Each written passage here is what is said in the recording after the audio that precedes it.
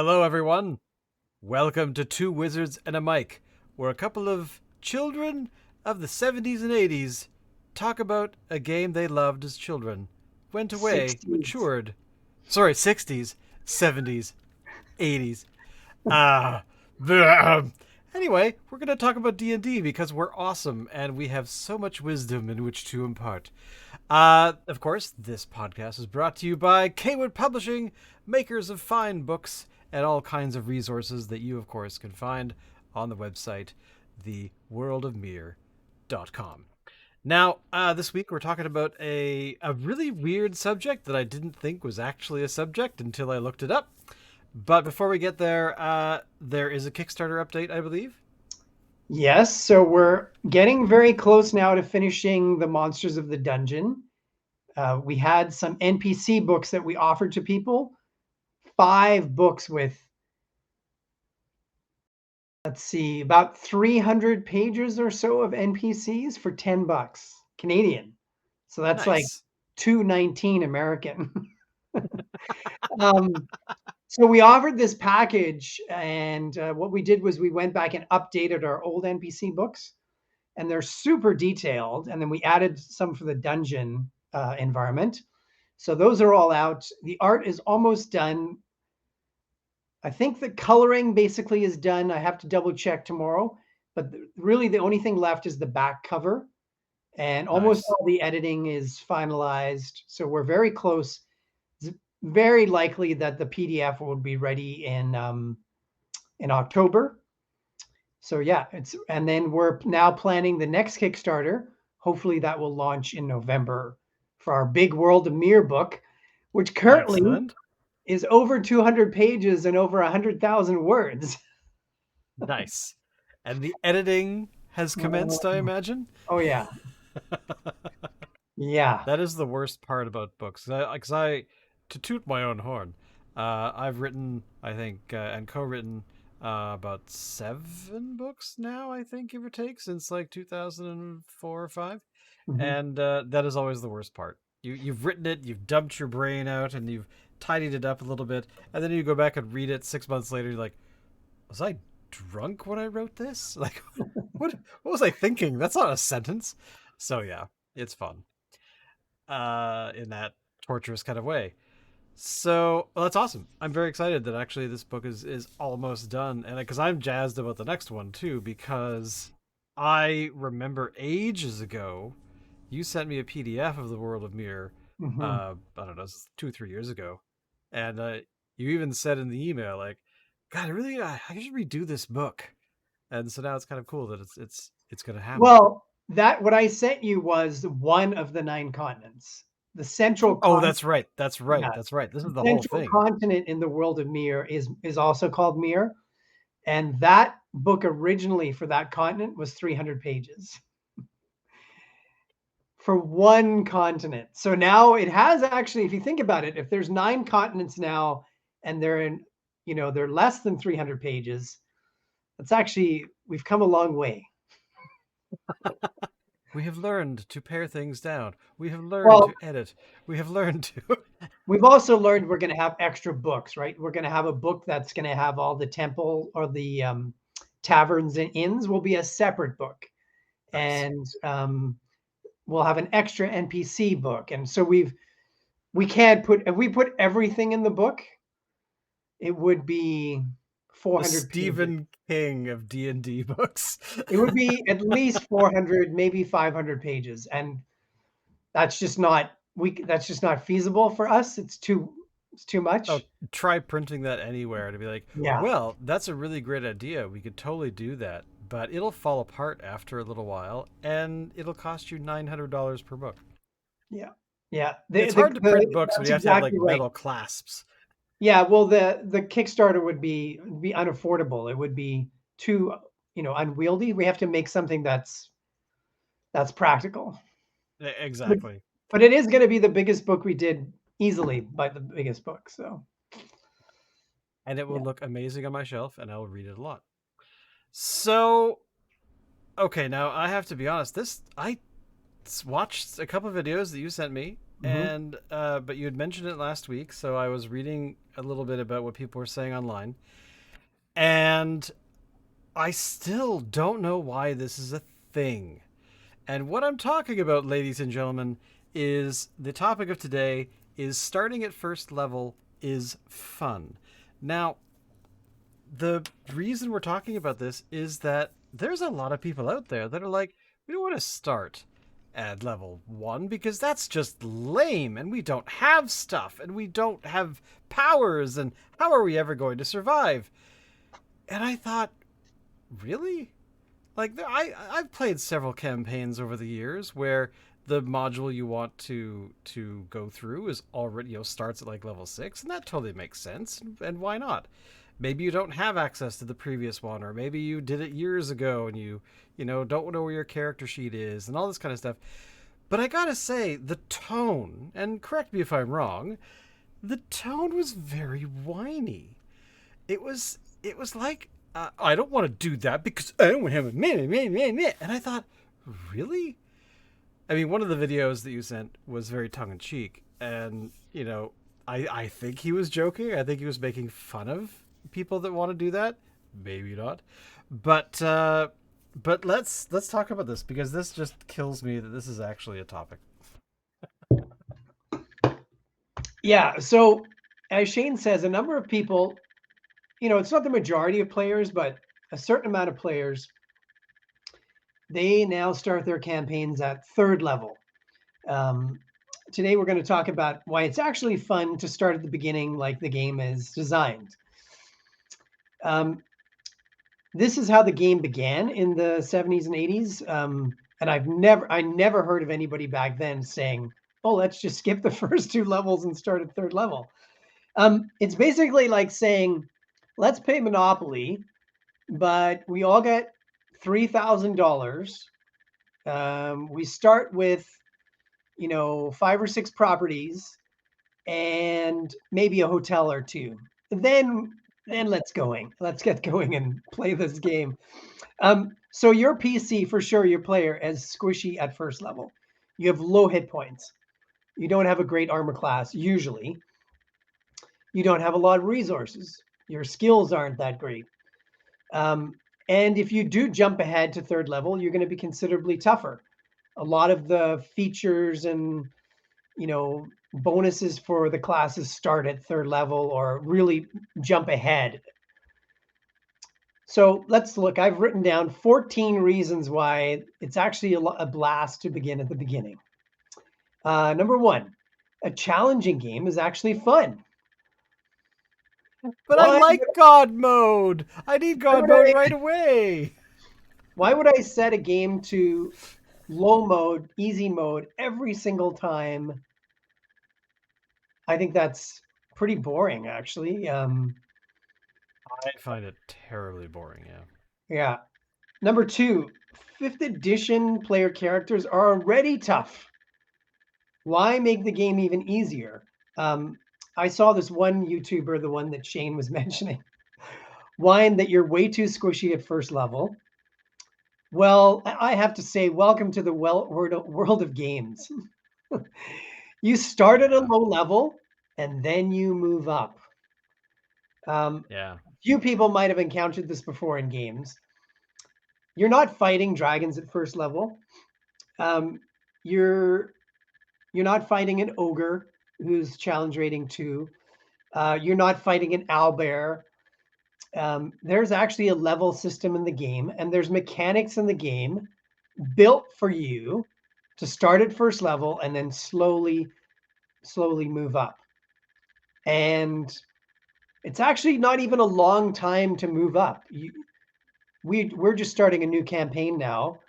Shane's character just leveled up, the party just leveled up, and it was pretty quick. I mean, the only, I do give some XP for milestones, but I also usually base it on experience points from monsters in combat. So far in this first level campaign, they've fought Bloodhawks, wolves, a few low level NPCs, and zombies. Yeah. And now they're already second level. And Um, that's the thing, is that it doesn't. I mean, starting at third level, you get to third level in like 3 sessions at most. well, it could, Maybe four. Kind of yeah, it depends depends how on what much you're you're playing. doing.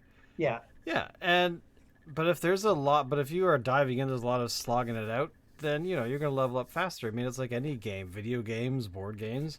There's definitely going to be that element of uh, you are jumping through the hoops to gain that level of experience. And I think DMs that are not, or actually, I don't know. I find that does it seem like it's pressure from the players, or is it pressure, or the DMs, or I don't know, just not interested somehow? I don't know. I just thought that was a bit weird. But yeah, I think it's more some players. Again, not everybody does this, and obviously people can choose to do what they want at their table. Today, we're just giving reasons why we think it's fun to yeah, start at first level. Um, The other point would be number three, it teaches you to play more strategically, which was a yeah, really big part of the game in the beginning. You don't have to fight every creature. You can run away. You can do recon and check out an area and check what you have to face before you maybe end up over your head. Um, Part of that too is number four, learning to use your resources. So resource yeah. management is really immersive and fun. I just started playing Starfield now, and you have to consider how much you can carry, Level and you have to 32. yeah, you have to consider your level 32. Yes, but I pre-bought the game, so I had an extra week of Wow. of access. So yeah, Well, I guess I'm only level. My highest character is level 12, but I have four characters already. I will tell you one thing.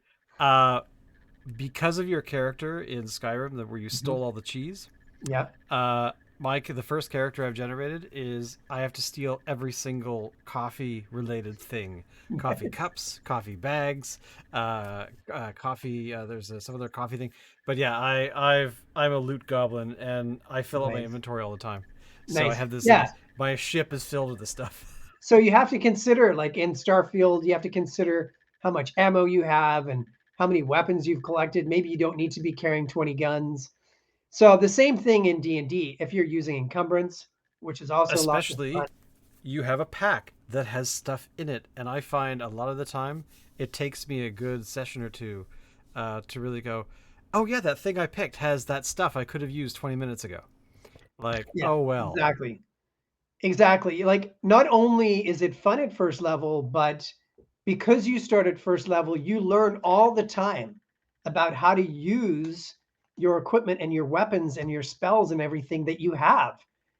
Uh, You spend a lot of those first two levels figuring out what can I do, what can I use, what are my skills. So there's a reason why the game is built like this. It's um, number five, fighting off really low level monsters is actually quite a lot of fun. And if you skip those first two levels, you're going to miss a lot of cool stuff. Like we have our famous Quipper story, of course, which we've told a few times, where the party is first level. They're fighting a swarm of Quippers. They do damage, but they don't kill the swarm. So I say that there's one left. There's one fish left. It's in like a pool of water in this sunken ship, partially sunken ship. And this one Quipper ends up having a fight with the party that lasts at least 10 minutes in game time. Um, and we will never forget that. And that never would have happened if we didn't play first level. Because you're going to have things like fights with giant rats, um, dogs like mastiffs, wolves, like a wolf fighting a first level player. That can be a huge challenge, oh, and it especially is. they can knock you down, right? They can knock you prone. And once you're prone, something's attacking you, it now has advantage. So very easily, a wolf could kill a first level character. Um, Skeleton, zombies. The party just fought zombies. So they're first level. So most of the party has less than 10 hit points. And the zombies had, I think 22 hit points. They have a terrible armor class. Like basically anything can hit a zombie. Yeah, well, it was a slog because even It the was. character I had to hit a zombie I think 3 times before you even kind of indicated, okay, it's looking a little rough now. And I'm Yeah. like, oh man, this thing is just won't go down. And of Yeah. And course, then when it's it, punching me and it's trying to bite people. And yeah, headbutting people. But then when it does go down, it has the undead fortitude feature, which it can actually take damage and be dying, but actually get back up again. yeah, So yeah, all of these monsters are a lot of fun. Goblins and orcs at first level. An orc easily can kill first level character. Giant centipedes, even the commoner, right? A commoner is level 0, but at first level, it's still an okay fight for a first level character. Like, you know, um, wouldn't that be a story to be told? The guy at the bar. Oh, was he a fighter or a barbarian or something? No, he was just some Franklin. guy, Franklin down at the bar Franklin, punched me and killed my character. death by Um, Franklin. then, like even a homunculus or a familiar could take you out, or you could have a good fight. A guard, a noble, like an obnoxious noble, could kill you right at first level. Um, Flying sword is a big fight for a first level character. Yeah, Um, a drow, basic drow, low level drow. A giant frog is actually a nasty encounter. And these ones I've mentioned, these are only CR0, um, 1/4 and 1/8. So these are like right at the bottom of the scale, but they're interesting, fun creatures that you could encounter, but you're not going to have as many of these encounters if you skip all the way to third level. A third level PC, you're talking you could have somewhere between 20 and 40 hit points. Um, you you're going to have some decent abilities and damage. Um, a lot of these creatures are going to have a hard time against you because a third level PC really is about challenge rating 5, 4 or 5, depending on what class they are. So, um, number 6, earning your abilities is fun. Your class features because they mean something. You get to second level and you celebrate what you've done to get there, and now you have this new ability you've earned, right? You've earned it. Exactly. You've earned it Hmm. because you play with people long enough, or play a character type long enough, and you are going to basically memorize what the next thing is for that leveling up. Hmm. And if you already know what it is, all right, okay, cool. If you already have it, though, yeah, you already have it. Big deal. Um, so yeah, that whole process of actually getting that character or getting that feature is going to benefit you, not just your character, but you as a player. Because the thing that actually really, from those videos and the 2 or 3 blog posts I was reading, um, the thing that really jumped out at me was that because they weren't earning it, they weren't uh, challenged to decide, okay, you know what? I already know I'm going to have this feature and this feature and this feature if I play that type of class or do that kind of thing or have that background. I think it's sort of, there seems to be a lack of challenging players challenging themselves in order to play different characters, play different sort of things that they don't know, that they're not 100% familiar with, they're not completely comfortable with because like I've rarely played monks because I get scared at the whole key point thing, and it boggles my mind. So very rarely have I done it. But now that I've said it out loud, I'm like, perhaps I should do that again at a future campaign because it'll force me to learn something. It'll force me to actively use my brain and not just think of D&D as this video game like environment where I could just pick and choose. Oh, you know what? I don't need that because I'm just gonna use a console command to give myself that power already. Like I don't know, that just gets really boring really fast. So yeah, Yeah, I think It's, it, and I know at our table, people celebrate when they get to a new level. They celebrate and they start talking about, oh, what do I have now? What feature do I have now? What have I earned yeah, next? And number 7, earning gold. Um, it's part of the game and it can be a good challenge, and it means something again when at the beginning you don't have enough gold even to buy a mount, right? You can't even afford a horse usually. yeah. Not, almost no class could afford a horse unless you want to be a fighter that has no armor. And I think if you're a fighter and you have a dagger and you roll well, maybe you could buy a horse, but probably not. Um, so, earning that it's nice to have that to mean something, like it's and you can afford to do new things. At the beginning, I know in our campaign again that we've just started, I mean, people are looking at their gold when they're buying drinks at the tavern, going, I don't know if I can afford that. And that is really cool and immersive. Well, yeah, because as we keep saying, it's just the fact that you are supposed to be having fun with the rules of the game, and even if you've memorized them, even if you know what the next thing that's coming, uh, don't play it the same way.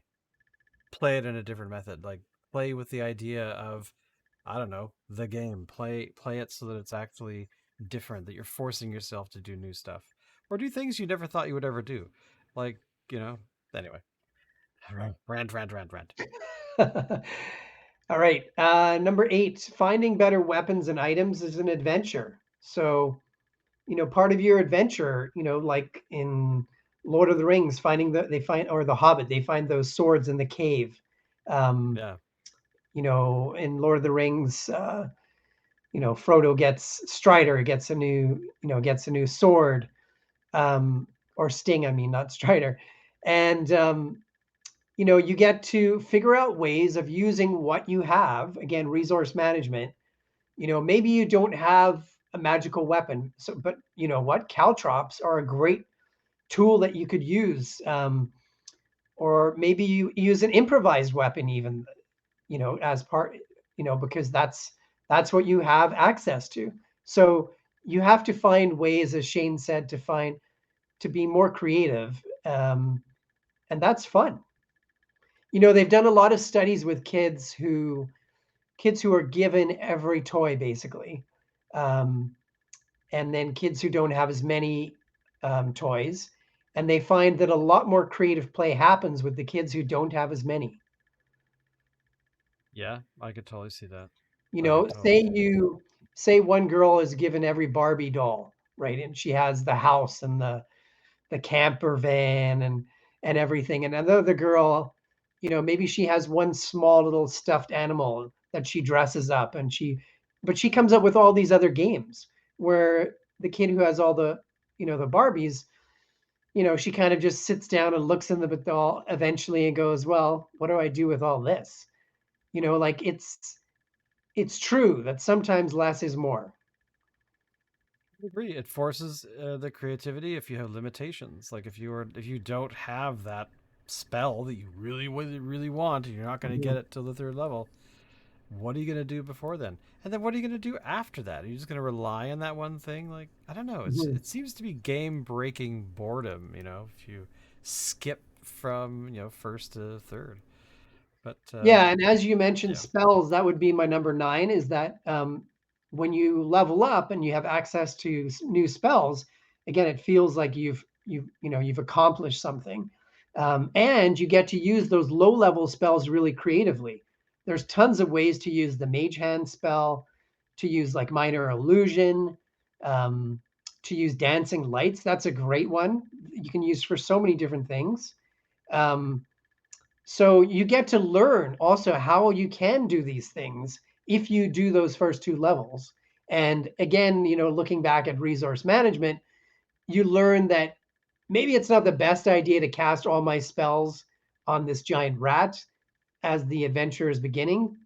Maybe you should hold back and use spells when you really need to, you know? Magic missile, magic missile, magic missile, you wasted it all on that Oh, the stupid giant rats are rat. dead, but now you see a clan of goblins heading towards you. Oh, I'm out of spells. I do have friends. Maybe I can cast friends on one of the goblins. Number 10, the player characters, as I said before, can't get even access to mounts at the beginning. So that is a really important part of the game, actually, because it enables the dungeon master to have some time to build the world, because your players can only travel so far.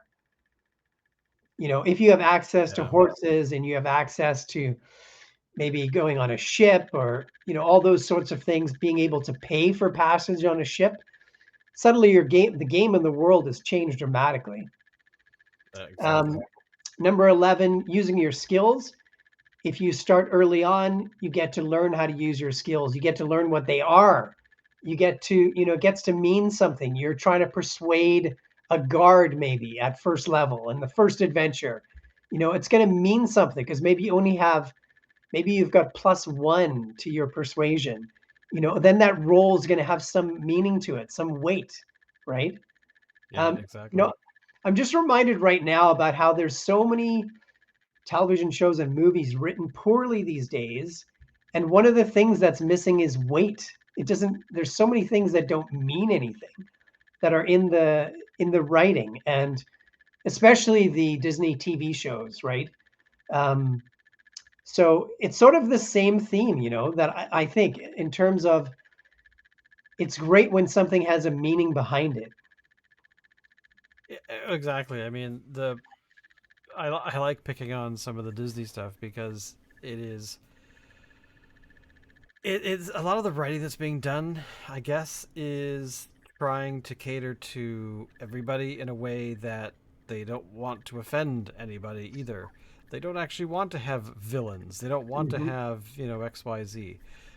Which is okay. And if that's what their goal is, then fine. But it makes for incredibly boring storytelling. And if you are trying to uh, play your level 1 character and ignoring all the inherent skills that you have as a character, because you have a background that comes with skills, you Mhm. have a class that comes with skills.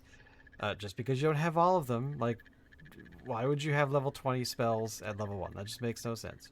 um, you've got uh, your ability to think outside of the box, where, okay, I'm in this fantasy world. Okay, the rules about this fantasy world are this, that, and the other thing.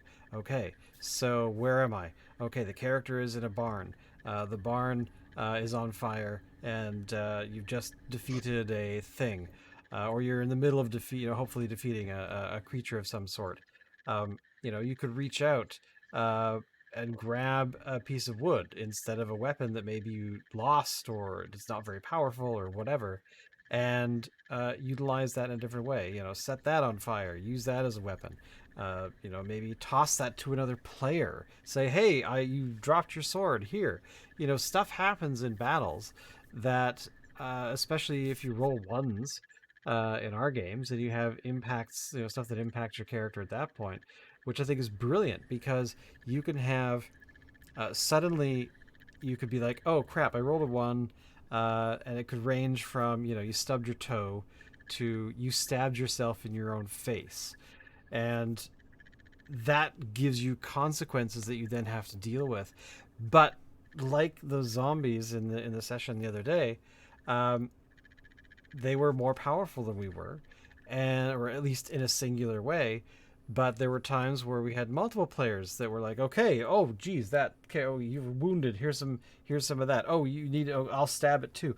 There was this teamwork that sort of just organically developed, and I think that using your skills in different ways, trying to think outside of the box, is a way to again make level 1 fun. uh, I don't. I'm struggling to get into the mindset of somebody who's like, screw 1 and 2. Let's just go straight to 3. Like, why? That makes no sense. But number Well, I think 12. you mentioned boring story, and ultimately that's what this game is. It's storytelling, and it is a really boring story if you just want. It's like skipping ahead, halfway through the book, or skipping to the back of the book and reading what happens because you don't want to be surprised or disappointed. It's just Yeah. a boring storytelling, like the first like 4 or 5 episodes of Andor. I mean, you could literally fall asleep, and wake up in episode 5 or 6 and a little bit happens. Um, so number 12, getting to second and third level actually doesn't take that long, as we mentioned previously. So Yeah, this is no. not like a long journey you have to go on to get to third level. Um, you can get there fairly quickly, but along the way you learn something, and these things actually, get to mean something as you level up. Um, Number 13, there's a lot of great early adventures which are made for to start at first level. In fact, and we're going to Yeah. make we've made a couple, and we're going to make a new one next year. There's some classic first level adventures like Sinister Secret of Saltmarsh. Um, the Against the Slave Lord series has starts out really low level. Keep on the Borderlands. There's a lot of great adventures that you're going to skip and miss if you jump all the way to third. You'll be way too Yeah. strong. Um, and then my final, reason why I think it's a lot of fun to start at first level and work your way up is that making first level player characters is really easy. And the game is made this way. So you can start the game quickly.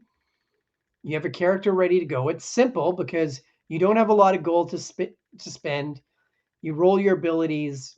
You choose. You get some armor, a weapon. The spells are going to be very limited. It's very easy to begin. Um, so, and this is the way the game is being designed. There's mechanics. There's a structure to the game, and it's made for this process.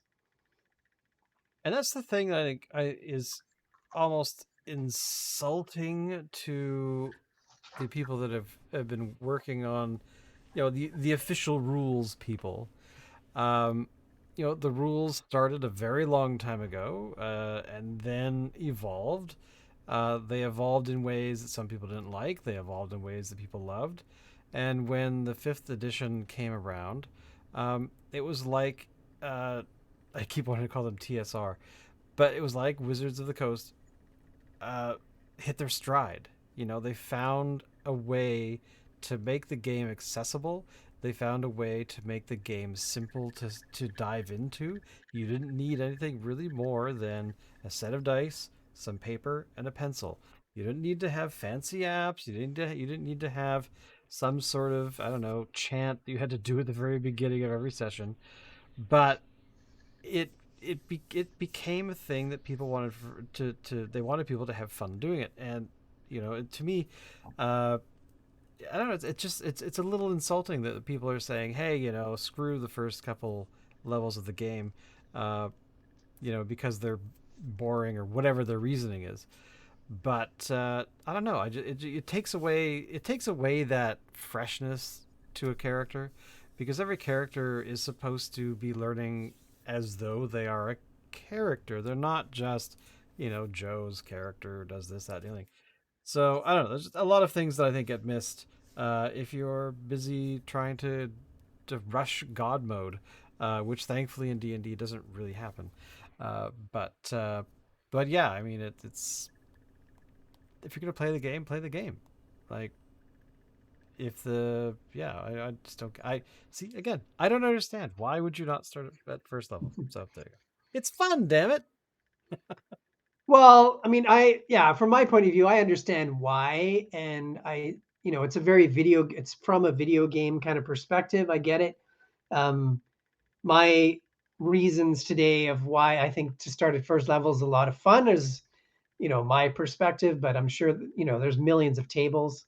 Well, there's millions of people playing. Maybe there's tens of thousands of tables. Um, the mechanics that you're right are so simple that, and especially fifth edition, so efficient that anybody can play. 5-year-old kids can play. So it's easy to start at first level. There's nothing really getting in the way, and it's the way the game is built. Um, a lot of it seems to be about people wanting to get everything they want right away, all the time. And for me, that just doesn't seem very exciting. And, you're Yeah, going to have a pretty tough character if you start at third level, and you're going to miss a lot of the development. I think this is why this reminds me of modern storytelling, because there's no character development. There's these days there's the character, if they look a certain way, they've got to be if this, okay, we need a woman who's this age and she acts like this, but there's no depth to the character, right? um Yeah. and like you said, they're so busy trying to make things look right and virtue signal, and even have the bad guys can't be bad, that the storytelling gets boring. And it reminds me of this, of Jumping Ahead, Yeah. where all of a sudden you have a pretty tough character to start out an adventure. Third level, like I said, you're going to have good hit points, you're going to have, you'd even have to basically cheat the system a bit, because there's no mechanic to say how much gold you should have to start at third level, or what, I can see a lot of DMs saying, okay, you start with 100 or 200 or 300 gold, and you could even start with a magical weapon, because if you played those first two levels, there's a chance you could find that. You might have magic items, a magical weapon, and all of a sudden this character, third level, you can have quite a few spells too. And the adventure is just a lot easier and a lot simpler, and the storytelling is not as good, because a lot of the fun of the storytelling in D&D is the challenge. Exactly. Like it is. Again, I struggle to like, as you said, for the video game sort of mentality, where even I don't like that. I don't like doing anything in a video game. Um, I might fool around with it maybe after I've finished the game, whatever the game is. And oh, well, what if I did that and I had like I was invincible? Yeah, sure, okay. But it doesn't impact the actual game. Like I play it straight through. Like Starfield, like it's a perfect example right now because it's new and fresh. But at the same time, there's so much content. Oh my lord. Mhm. Um, like I have played for a bunch of hours, and I haven't. I've just I was playing things that I thought were the main story, and they turned out not to be. And I Mhm. had to go back and like, what is the main storyline again? I have no idea because I just spent 20 hours Yeah, going yeah. that direction. So like, but that is how D&D works: is that you could do 20 sessions off in that direction if the DM is wanting, allowing it.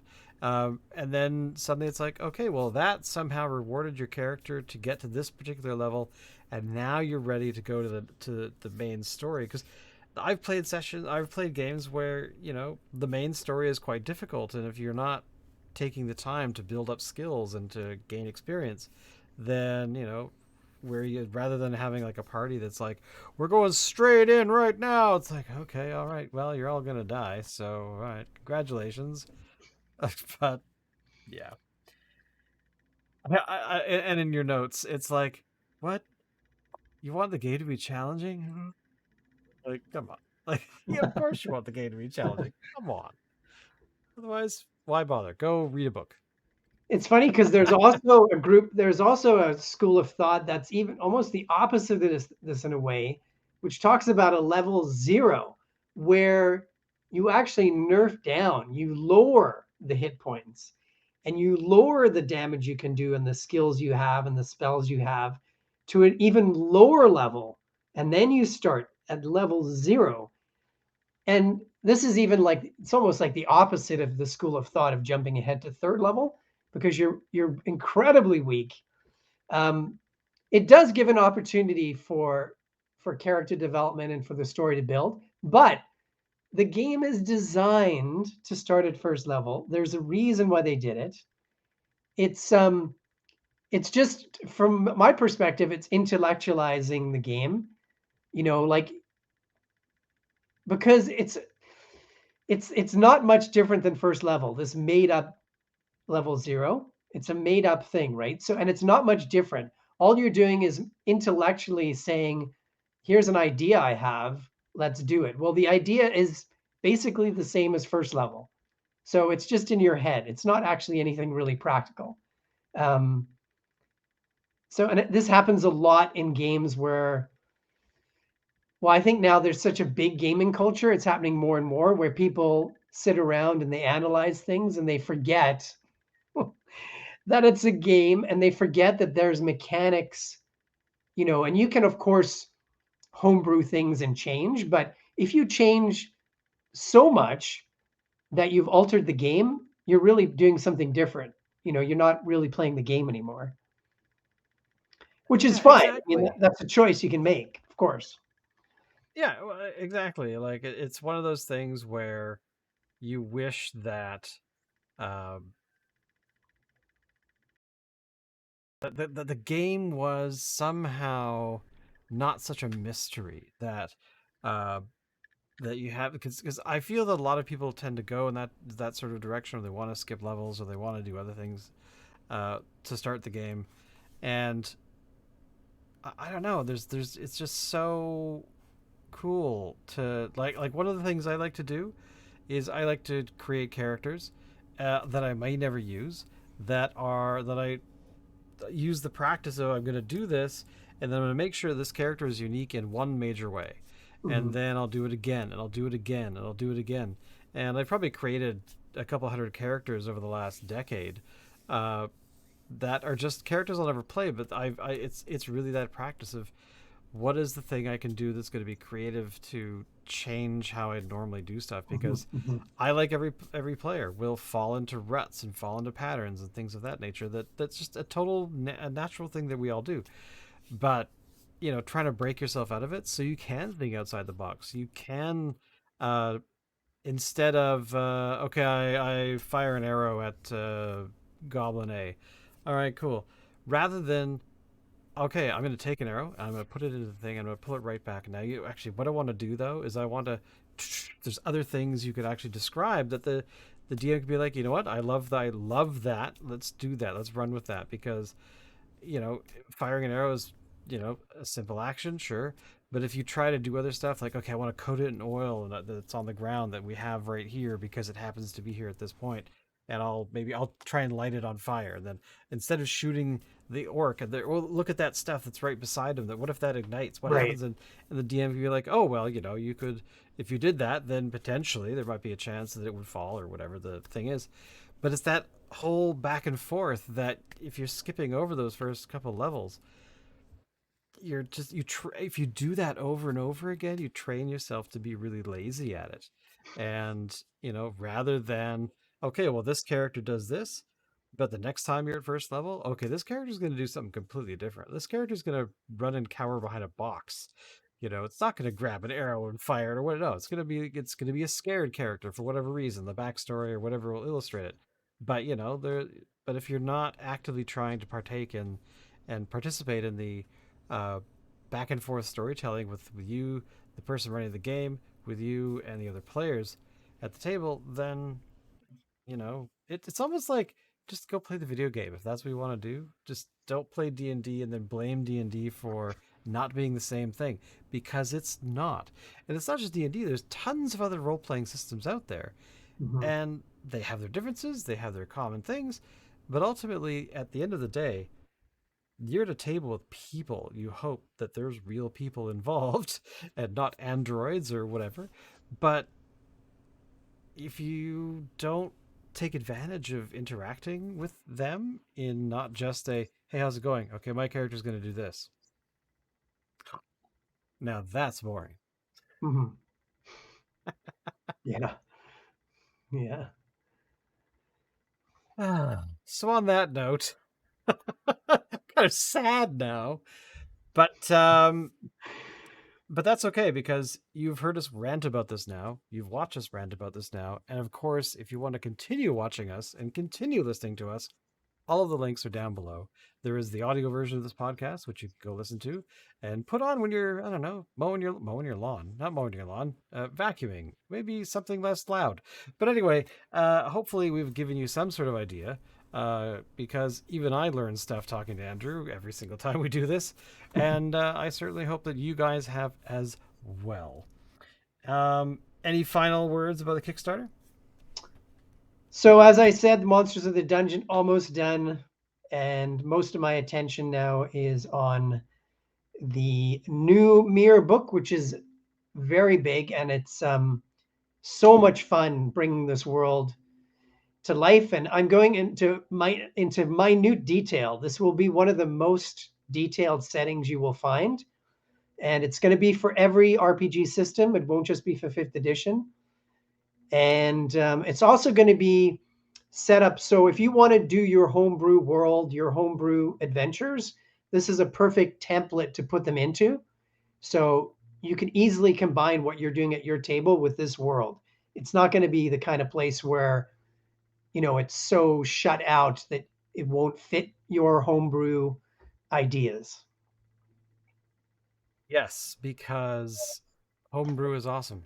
And if Yeah. you haven't done it, you should, because I'm doing it quietly in the background. But,